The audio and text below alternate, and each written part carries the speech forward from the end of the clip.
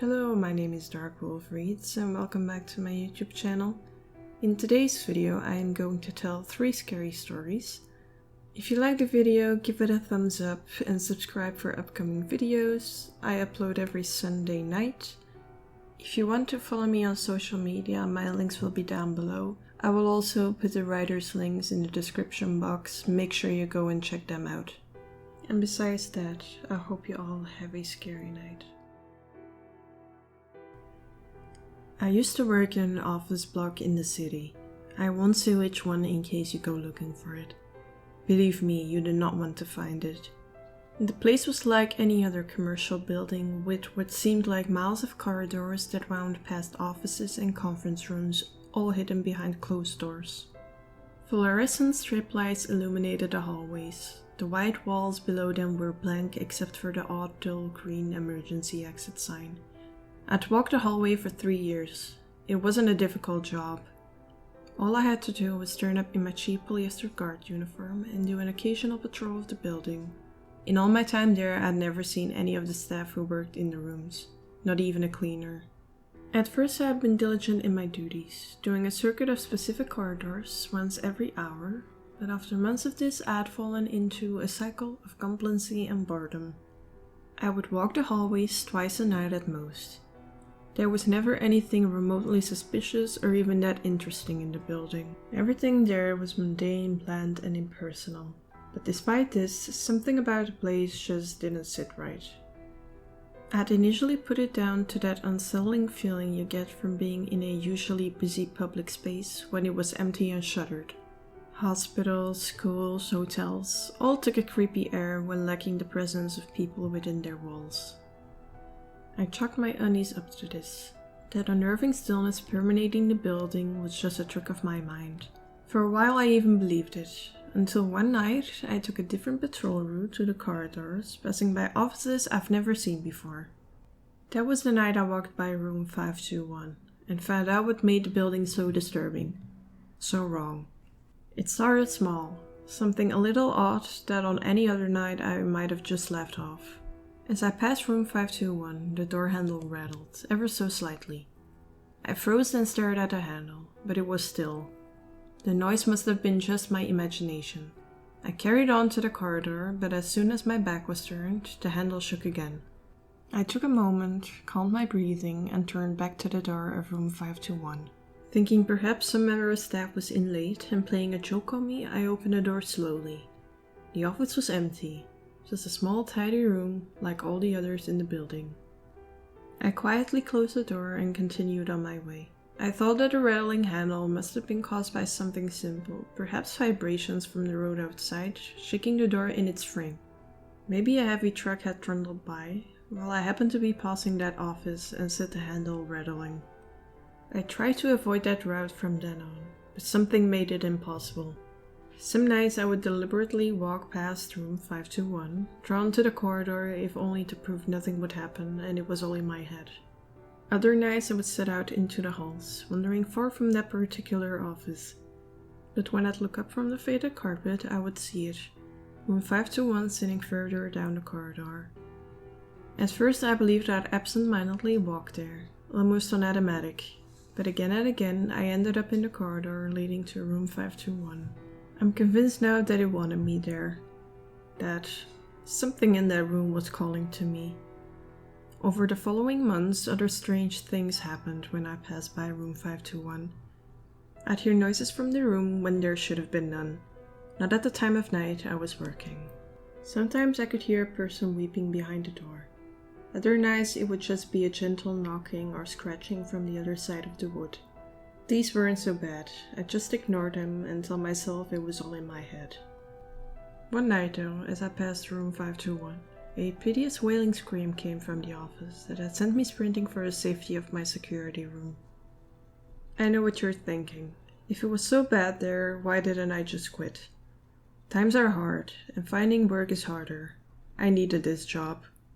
I kept telling myself I was imagining things, the effects of working when the rest of the world slept and being on my own in such a big building.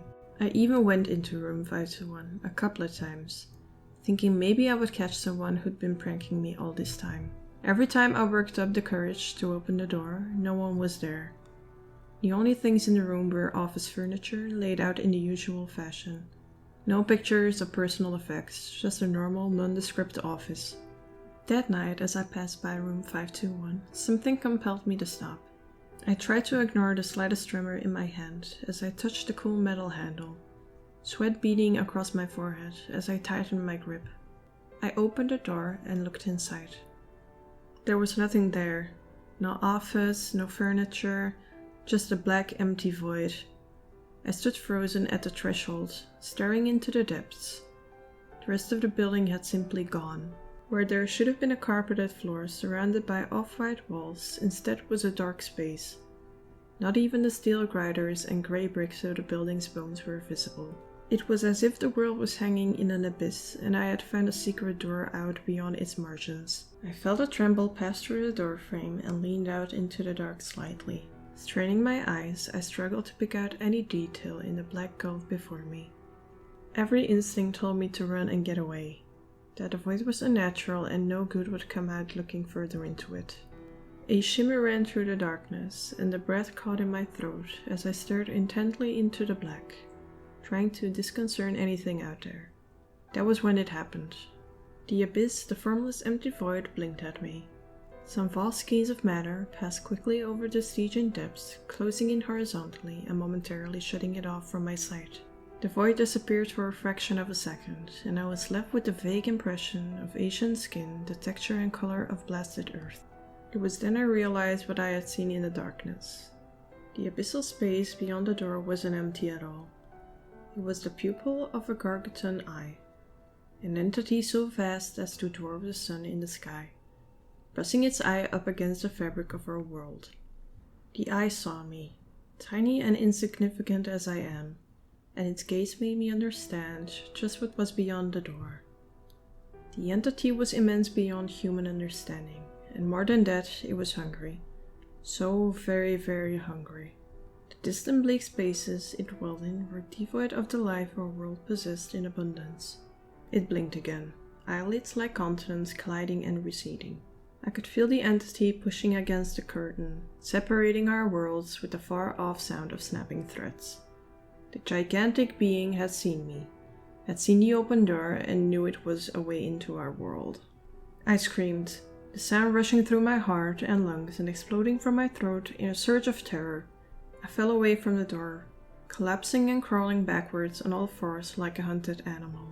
The vast eye loomed closer, regarding me with a glacial patient hunger. A distant rumble came from the abyss, the sound building like an approaching wave. I screamed again as my foot caught the door, sending it slamming shut. The closed door bowed impossibly outwards towards me before settling into its normal shape, and in a distant dark place I heard a frustrated bellow like cracking of worlds. After that night, I never opened the door to room 521 again. A month later, I finally quit working there. Even though I've left the building and its corridors behind me, I can still feel that vast staring eye watching me from beyond. We're connected now, and I can feel the weight of its terrible gaze on my fragile human form, constantly looking for a way into the world through me. I know it will eventually find me. It's hungry, relentless, and powerful in a way we can't imagine. I expect to see the abyssal depths behind every door I open now, waiting and watching. There's only one way out, the only way to stop the entity and lift his malevolent scrutiny from me. Over the river, down near Battersea, there is a bridge. At night the water under it is deep and black. Its surface is so still, like a dark mirror, or the pupil of a great eye. I've been down to the bridge twice, but tonight I will go through with it. The thing in room 521 is getting closer now, and I'm out of time. I only hope that when I sink into that black water, so like the barren depths of the void, that eye turns its attention and hunger to another door. One stronger than I was. Kopophobia, an irrational fear of being seen or stared at. I've had a phobia for as long as I can remember, even back when I was a little girl. Most others were scared of monsters in their closets, but I was scared of people staring at me from behind, their evil eyes digging into the back of my skull. I was a really shy girl, even back then, but it was manageable since I lived on a pretty desolate farm. It's probably the reason I got this phobia to begin with as well, since I wasn't used to being around people. It intensified in elementary school due to the sudden increase in crowds, but I managed somehow. However, it really took a major turn for the worse when I hesitantly started studying at university. I moved to Pittsburgh, with its population of around 300,000, which was a hell of a step up from the 300 people I could barely cope with before. I've lost count of how many psychologists I've visited since, and how many prescriptions I've tried without luck, but I've tried to cope. The most recent drug at least let me leave my house and just be highly anxious about it, which is saying something since it allegedly could pacify a smaller bull. My few close friends were always a great support, always walking in front of me so I'd never need to feel like they stalked me. If it wasn't because of them, I would have never agreed to go out for lunch earlier today, after sitting through a particularly grueling exam. It was probably due to this relief and our shared high spirits that I, despite being busy on the street, fell behind slightly, pulled out my phone to take a commemorative picture. I can't say for certain how long I stood there, frozen in fear, before I ran back to my apartment as fast as my legs could carry me. It wasn't until I was behind locked doors that I took out my phone again to confirm that the drugs weren't messing with my brain. They weren't. Apparently I had forgotten to switch back from selfie mode since last time, so instead of a nice picture of my friends, I had about a quarter of my screen occupied by my own face, and the rest by the crowds of pedestrians behind me. None of them were walking. They were all just standing on the spot, heads turned towards mine. Some were twisted as much as 180 degrees. Eyeballs rolled back to reveal unblinking compound eyes, and jaws hanging inhumanely low as if holding them up took effort. I don't have kopophobia anymore. A phobia is an irrational fear, and mine stopped being irrational. Apparently they noticed me noticing because they've dropped their charade. All 300,000 of them, a city's entire population, now slowly amassing around my apartment. He's still there, staring at my bedroom window. I don't understand what he's doing. His name is Thomas. Thomas is not a nice man. He's a bastard who should have died years ago. But he's never acted like this before. God, what is he doing? Just staring dead silent? His wife. Where the hell is she? Hold on, I see her. She's coming down with that cane. Going to give him a smack, I hope. She didn't. She's on my lawn now. Staring. Staring at my house. They're not talking. They don't look angry. I don't think they've even noticed each other. A few minutes later, their daughter Anna came down to stare. Anna is blind. I'm watching the whole family from my living room window. Little Tommy, the evening newspaper kid, was cycling down the street. Now he took one look at my house and stopped. He's standing on the street right now. All my neighbors are slowly getting out of their houses. Little children, old men, a mother with a stroller. Cars are stopping in the middle of the road, so their occupants can press their faces against the glass and gawk at my house. Old Miss Angie, who can't walk, opened her bedroom window curtains, and I can see her silhouette looming there, hands on the glass. They're not safe there. A murder of crows is gathering on the electric lines. They're pecking at my neighbors' faces, chewing on flesh. 3 of them cornered a rat. It sat there while they tore in. The rat's eyes did not move from the windows while it was being eaten. One of them got into the baby stroller. A few seconds later, it came out with something red in its beak. The mother did nothing. It's been hours. They're all still staring. It's getting dark now. They're still standing there, so silent. Like they're dead or something. Are they even breathing? The crows are gone. Even they are scared. So many people now, on their front lawns and the street. Just staring at my house. At my bedroom window. I hear things coming from upstairs. Something moving. Someone talking. Breathing. Hundreds of people breathing. My eyes have been stuck looking at the ceiling for so long. It took hours to write, because I can't look away from the ceiling. Only seconds. Just now I heard the upstairs door open. Something is moving around up there. Something with too many legs.